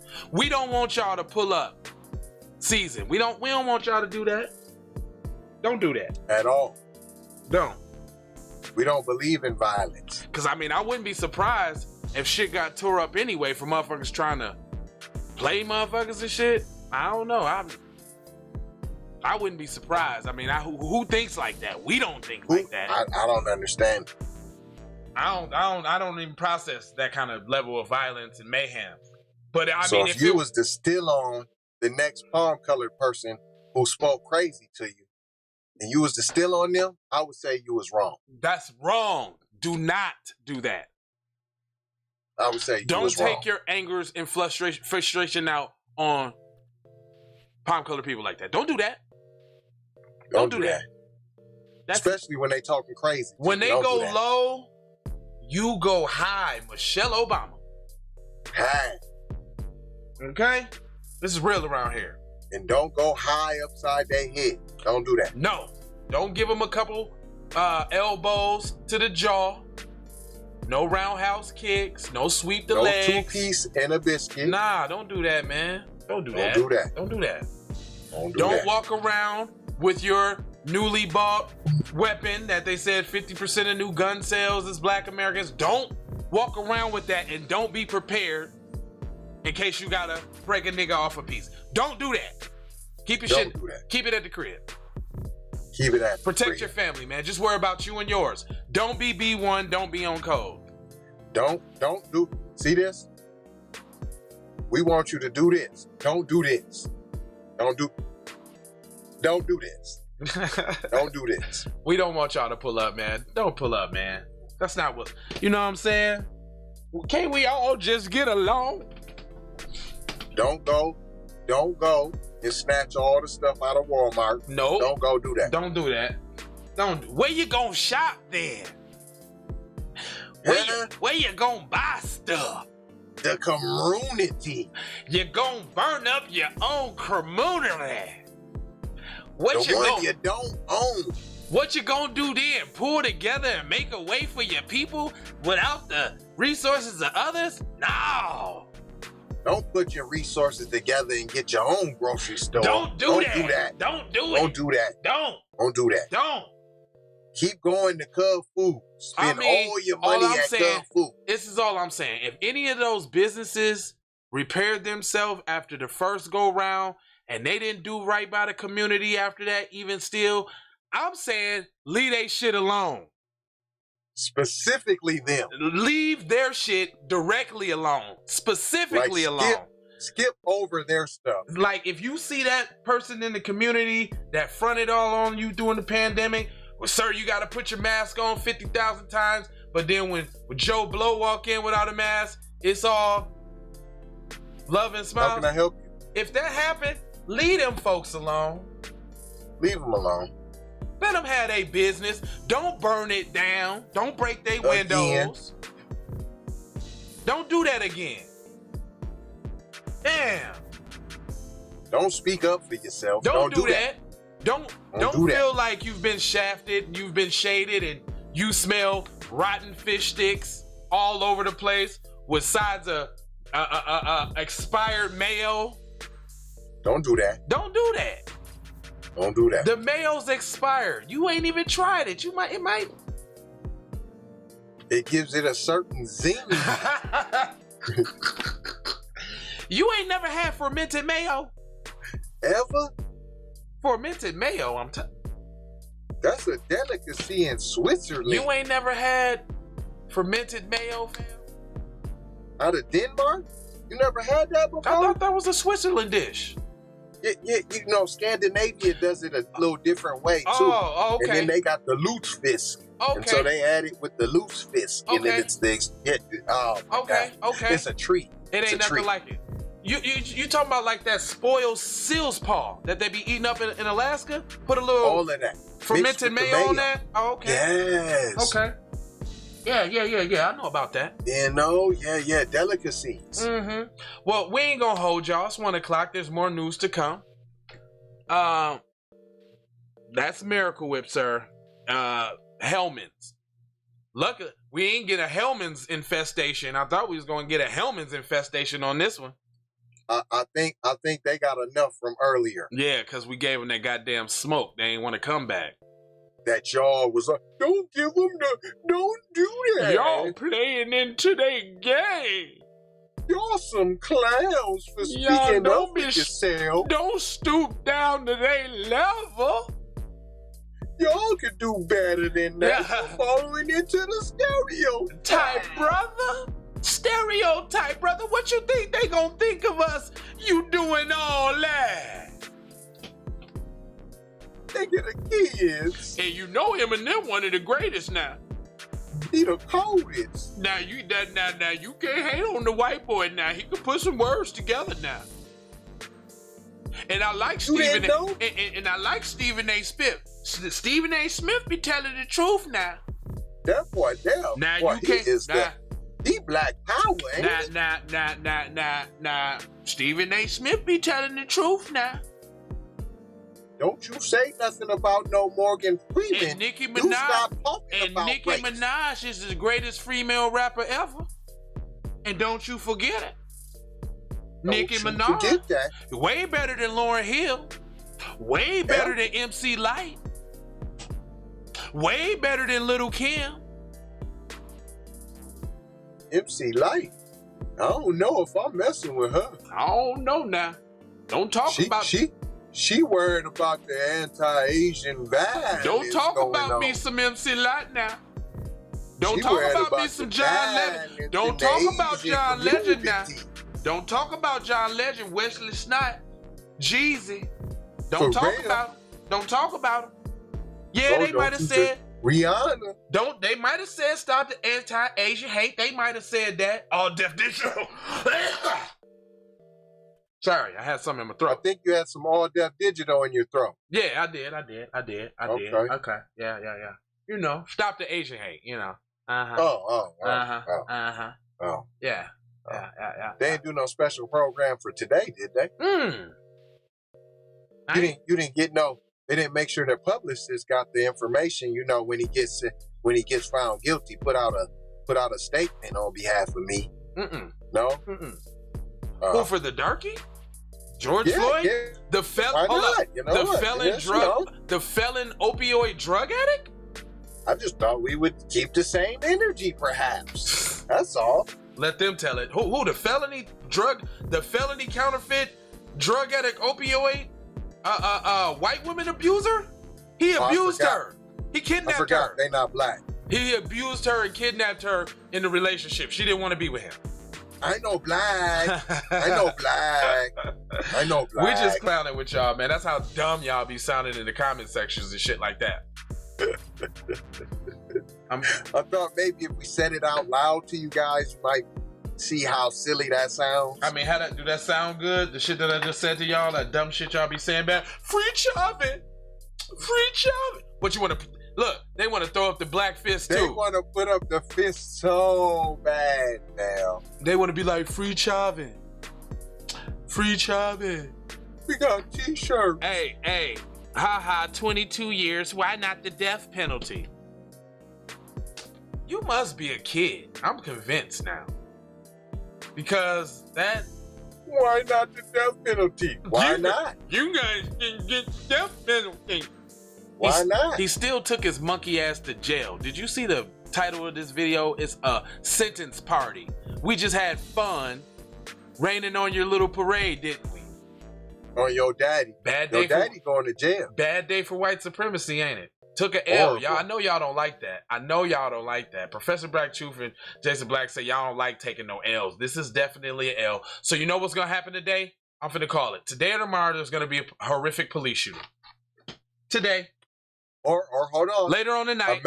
Don't forget shooting, a mass shooting. Mass shooting or police. Grocery store. And I swear, if that happens today, we jumping right back on to tell you where the part. What's your name? Where the shell? Win the shell. We coming right back on to tell you. I'm going with a Walmart or a pharmacy like Walgreens or CVS. No, I say Trader Joe's, Whole Foods, or AMC Theater. No, fuck it, Applebee's. Applebee's is next. I can see the Applebee's, but I'm going with Walmart, CVS, or Walgreens. Motherfucker just tried to pick up their description and got to worry about niggas shooting up shit. God damn. I'm up here trying to pick my prescription up for my mom, fam. You tripping. Damn. God damn. You ain't going inside, though. You be all right. Yeah, I will be in the drive-thru. God damn. Them is for the inside people. He going in there, blopping up Walmart. Motherfucker over there in the aisle with their Depends and shit. Nigga trying to grab a toothbrush. Just waking up from his girl's crib. Like, I needed some deodorant. Just ran in. We got this Derek Chauvin! Yeah! Freedom of the people! I'm mad! I'm mad! I'm mayo mad! I'm super mayo mad, bro. He got convicted. He should got off, bro. He should got probation. Free Chauvin, and they're still not gonna be happy. Hey, what do the darkies say? More. The darkies say free them, you know, when they're guys in jail, you know, gang. Free Chauvin, bro. Free him. That's how there's your reparations. Yeah. That's your reparations. You guys just got reparations. Fine. We just convicted him. Fine. Okay, then. Is that not, are you not happy? You guys aren't satisfied with anything. God. You guys are never happy. Do you know who my dad is, bro? You fucking know who my dad is? Sick of you darkies. Sick of you. Ew. He got convicted. Oh, you want to throw a parade? You want a cookie? He got convicted. You want a cookie? Is your life better now because of him? Fine. Are you guys, now that he went to jail, are you guys gonna start acting better now? Are you gonna behave? Are you gonna stop crying about racism now? Are you black people gonna stop being victims and we playing just the gave you guys card? Juneteenth. What the hell? You guys just got fucking Juneteenth, man. OMG. What else? And you got Derek Chavez too? The fucking greatest. Gosh. He's one of the greatest police to ever grace the force. You see how he had his knee on that guy? That's police work, buddy. That's just good police work. He shouldn't have been on drugs. Policing. Look, he shouldn't have been on drugs. He shouldn't have had a counterfeit bill that we never found out was really counterfeit. It wasn't. So what? He shouldn't have resisted. He shouldn't have resisted. He was a criminal, bro. He had a white girl. A criminal? They were on opioids, criminal. Bro. You guys are crazy. You guys are racist, bro. You guys are spewing your nonsense, bro. How could you guys, man, that's why racism still exists, bro. Because you guys keep perpetuating it. You guys won't stop talking about it. Why don't you guys just stop talking about it? Your victim mentality. Why don't you guys just stop it? God. Bro, we're not in slavery no more, bro, and I didn't do it, okay? Didn't they just give you guys a $25,000 housing grant? I mean, come on. I didn't get a $25,000. What's affirmative action, bro? What's affirmative action? You took all the jobs, bro. It's affirmative action. Come on. What's the United Negro College Fund? What's the United Negro College Fund? There's not a United Whitey College Fund. And if it was, you guys would have a heart attack. Jeez. So racist of you. You guys had BET. You have everything. You guys get everything. All right, 4 words. Love, peace, blessings. Aloha. Get in that comment section. There's a whole description section. You guys already got reparations that you deserve. Derek Chauvin was arrested and charged. You guys got it already. You got it. That's how dumb you sound in the comment section. Why are you here? You don't like us? Why are you here? Like, my people didn't come from Europe too. Like, America didn't give free land to everybody in Europe and said, come take it from the Indians and give them smallpox and killed everybody. Why are you guys here? Because your people, first of all, because we was here already. Native to this American foundation, Black Americans. The Indians and the Native Americans that you're talking about, those is Black people. Because the ones that you see today, the white ones, ain't Indians. So that's first of all. Second of all, the little people that did come here on boats, because it wasn't millions of people, there's no way you can get ships 3-4 months from over there to over here without killing all of the cargo, especially in the conditions y'all tried to say we was in. You didn't do that, fam. You want to know how I know y'all didn't do that, big bad white supremacy? Because there's no fucking ship monuments dedicated to us going to look at how y'all used to be in slavery. Because there would be a slave ship museum right now. Or there would have been, which would have gotten shut down by now. Because y'all would love to brag on the shit that y'all done did. But you didn't do that. Because we was already here. So you talking to somebody who knows something. Take these goddamn commercials. Music TV. Ooga googa. I'ma look at your dumb ass. I'ma look at your dumb ass. You sound like I know you're a kid. You can't be an adult. Did you follow me from walking in my pocket and now you mad because I ain't doing Dr. Seuss? I ain't taking advantage of Dr. Seuss no more. Is you mad because of that? You wanna see me rap my book? Is that what you want? You only want to see the rapper J-Lo? The one that raps the book? That's what you want? No, this is black power, black up in your face, black all over your mama ass.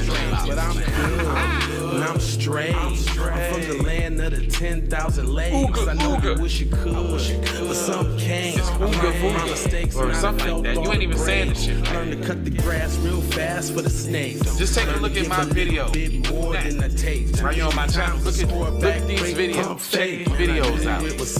Like that. Show up. Check the videos out. I ain't never gonna stop this shit. Spit a rap, dog. Yo, yo, yo. So many people around me almost drown me. You love rap. Stop like the level of the sea when your people try to play you like somebody in even the way look, you said spit a rap. Where'd you get that from? Not to mention all the shit you did to get him on his feet. Kid, the thoughts kid. Dude, where you get spit a rap from? Where you get yo yo yo from? Can you talk in Mayo? I can't understand you. I don't really get what you're trying to say, dog. Maybe you should talk in Mayo. Look.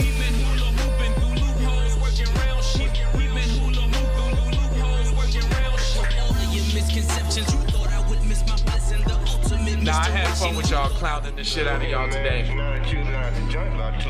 You hear this? You hear this? This is my language. Cut the check. About time you gave me my money. It's about time you pay me that bread, sir. Who you think you is, man? Motherfucking Ron O'Neal or something? What you gonna do? I'm supposed to be scared now because you got a pistol, motherfucker. I got it. We taught Donnie. We taught them how to use soap, fam. You ain't.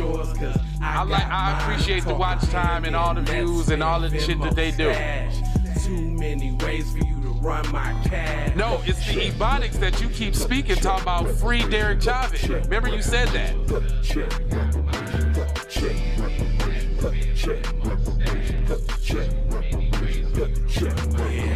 And I'm speaking English because like me and like most of the world is colonized. Okay. Mexicans got colonized by the Spaniards, but they ain't Spanish. They just speak it. Which is the reason why they think they European. Look at it. More black euphemisms, I guess. Free Chauvin. Come up with something original, man. Can we hear the Mayo version? Let Chauvin out of jail. Can we hear that? Type it in there for me one time. Say, let Chauvin out. Come on. It's not fair, guys. Let Chauvin out of there. Come on, guys. Let Chauvin out of there. Come on. You can't say free Chauvin, man. It gets some respect, fam. Somebody should have gave you all the finer points of white supremacy so that you would actually learn how to speak Mayo. Because it's like, you don't even know how to speak Mayo. Can you speak Mayo for me one time, dog?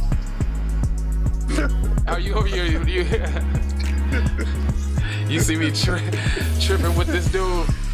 Could be. I was just talking about him. Could be banging bongo drums and eating lizards on a stick. No, that's white people shit, dog. All day long. That's at the state. You just described the state fair. Minnesota State Fair. Alligator on the stick and all of that old weird shit. That's what y'all do. We don't do that. Paradise, no Mayo. No, Africa's colonized by your people. That's why it's all fucked up. We taught y'all how to eat with silverware. What you talking about? Yo, Mayo. Yeah. I mean, we understand where you coming from. I ain't hating, fam. If that's your... Throw your setup. Mayo it up. Throw your setup, cuz. Be the Mayoist. I'm saying. Dude, you just can't... You work at the Mayo Clinic too, don't you? Yeah, look. But you can't get no respect, cuz. Talking about free Chauvin. I mean, you coming out the gate, ass backwards. Oh, but you like that though, because you came from the buck breaking video, where y'all like to showcase how y'all like to do nefarious, suspect, gay stuff. It might be Sammy Sosa. No, there's somebody from the joint. Africa was never developed. So you only see the shit that's on Discovery Channel, I think, huh? That is so... Do you speak for all your people? Here, let me hold on. The funny shit is I follow several black Americans that have gone over to Africa and showed me the whole shit. From the slums to the high rise, to the high price shit. You talking to somebody who's informed, sir. We're the great African civilizations beside Egypt. Well, we actually don't need another one because that was the birth of civilization, dummy. Y'all wasn't out there building no pyramids. You would have shriveled up like bacon in the sun.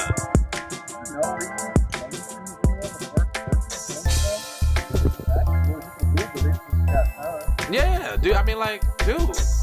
Come on, you must be a kid in the show.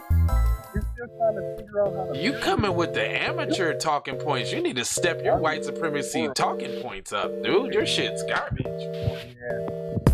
You're Neanderthal. Nah. You're so undeveloped. You were born with dual citizenship for Liberia. Did you know that? Well, okay, I can check that out, but I don't think so. That's it? You trying to inform me? You ain't even got no facts of that. Who told you that? One of your little Kuna Matata friends told you that?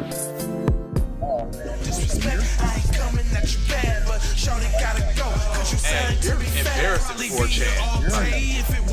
Yeah, man, you not. Can we get some elite white supremacists, please, in our chat? Damn, do we got to have an amateur white supremacist that can't even hold an argument on fluff bullshit?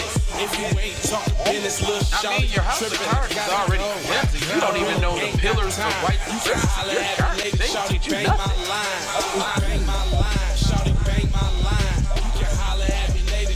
Monroeville, Liberia is named after President Monroe. Woo-hoo. What the fuck does that have to do with anything?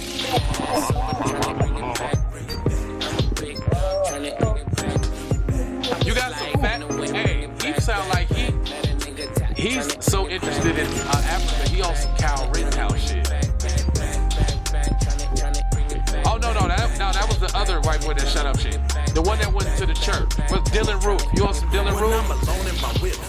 You thinking about what they used to call South Africa? It was I'ma lead the club. Think it's one of them to be nice, man. I need the fuck. The black population went from 13% to 12%. You need to address that.